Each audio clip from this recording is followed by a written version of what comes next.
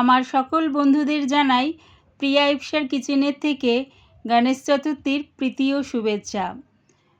গণেশ চতুর্থীর বিখ্যাত মহারাষ্ট্রের special menu পুরনপোলি, এটাই আজকে তোমাদের সাথে ভিডিওর মাধ্যমে শেয়ার করলাম। রেসিপিটা ভালো লাগলে প্লিজ আমার চ্যানেলটিকে লাইক ও সাবস্ক্রাইব করে দিও। তবে দেখে নাও আমি এটা বাড়িতে কেমনভাবে তৈরি করি। 100 গ্রাম ছোলার ডাল 2-3 বার জল পাল্টে পাল্টে ভালো করে ধুয়ে নিয়েছি। ধুয়ে এটা জলের মধ্যে আমি 2 থেকে 3 ঘন্টা ভিজিয়ে রেখেছিলাম। এবারে জলটা ছেঁকে ছোলার ডালটা প্রেসারের মধ্যে দিয়ে দিলাম। দিলাম হাফ কাপ জল। জলটা দিয়ে প্রেসারটা ঢাকা দিয়ে গ্যাসটাকে হাই ফ্লেমে করে আমি 3টে সিটি দিয়ে নেব। 3টে সিটি হয়ে গেছে, এবারে গ্যাসটা বন্ধ করে দিলাম।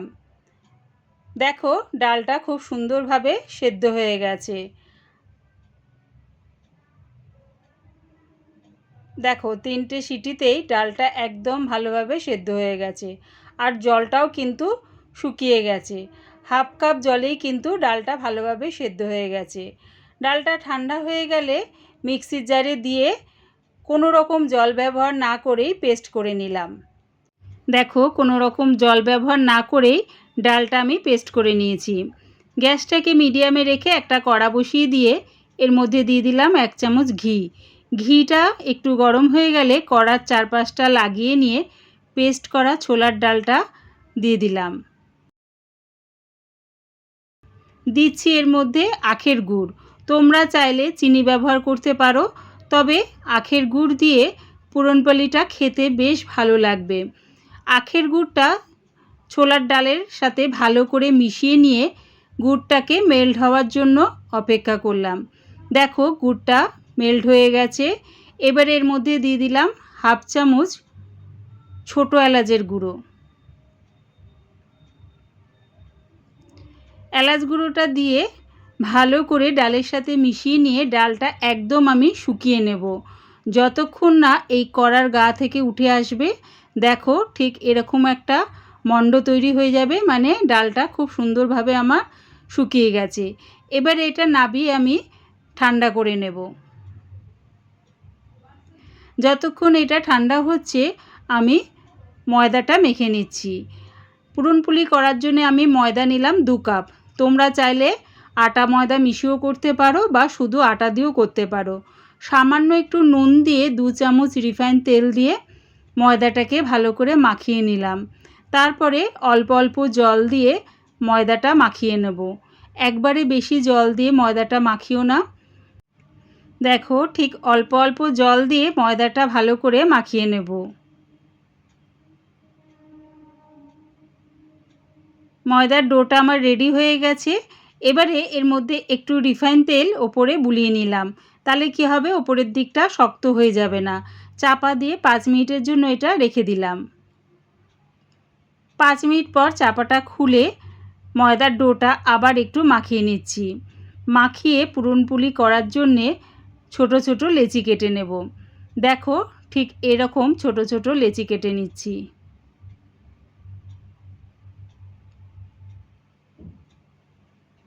ময়দার ডোটা থেকে আমি সবকটা লেচি কেটে নিলাম।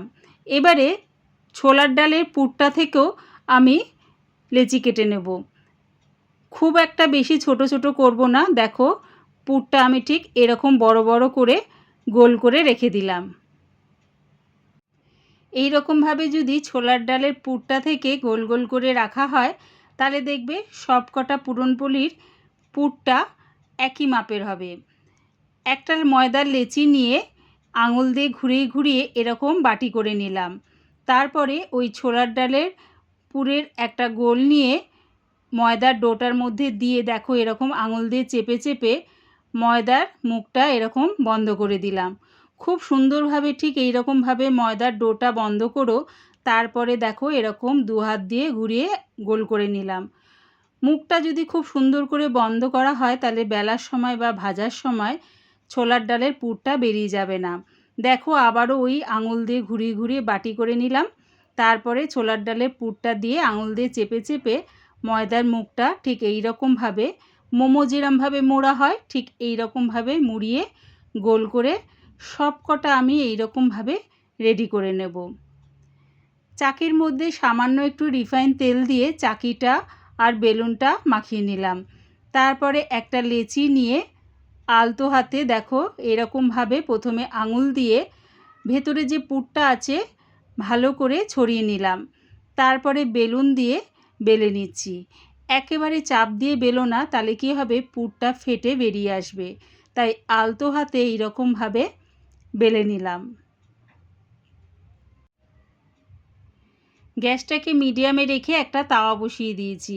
এবারে পুরনপুলিটা ওর মধ্যে দিয়ে একদিকটা ভাজা হয়ে গেলে আরেক দিকটা ভাজার জন্য উল্টিয়ে দিলাম। তারপরে আমি ঘি দিয়ে দেখো চারিদিকটা ভালো করে মাখিয়ে নিচ্ছি। তোমরা চাইলে এটা রিফাইন তেল দিয়েও করতে পারো, আমি এটা ঘি দিয়ে ভেজে নিলাম। ঘি দিয়ে ভাজলে পুরনপুলিটা খেতে বেশ ভালো লাগবে। তাই দেখো ঘি দিয়ে উল্টে পাল্টে লাল লাল করে ভেজে নিলাম।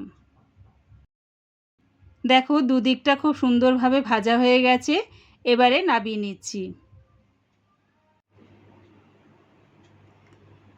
ওই একইভাবে আবার একটা পুরনপোলি দিয়ে দিলাম। একদিকটা ভাজা হয়ে গেলে আরেক দিকটা ভাজার জন্য উল্টিয়ে দিলাম। তারপর ঘি দিয়ে চারিদিকটা ভালো করে মাখিয়ে নিয়ে উল্টে পাল্টে ভেজে নামিয়ে নেব। একবার আমার মতন করে এইরকমভাবে পুরনপোলি বাড়িতে বানিয়ে দেখো, কেমন হয়েছে কমেন্টের মাধ্যমে জানিও। দেখো দুদিকটা ভালো করে ভাজা হয়ে গেছে, এবারে নামিয়ে নিচ্ছি। এই রকমভাবেই আমি সবকটা পুরনপোলি ভেজে নেব। মহারাষ্ট্রের গণেশ চতুর্থীর স্পেশাল এই পুরনপোলি রেসিপিটা পুরো দেখার জন্যে প্রিয়া ইপসা কিচেনের থেকে তোমাদের সবাইকে অনেক ভালোবাসা রইল। রেসিপিটা ভালো লাগলে প্লিজ আমার চ্যানেলটিকে সাবস্ক্রাইব করে দিও।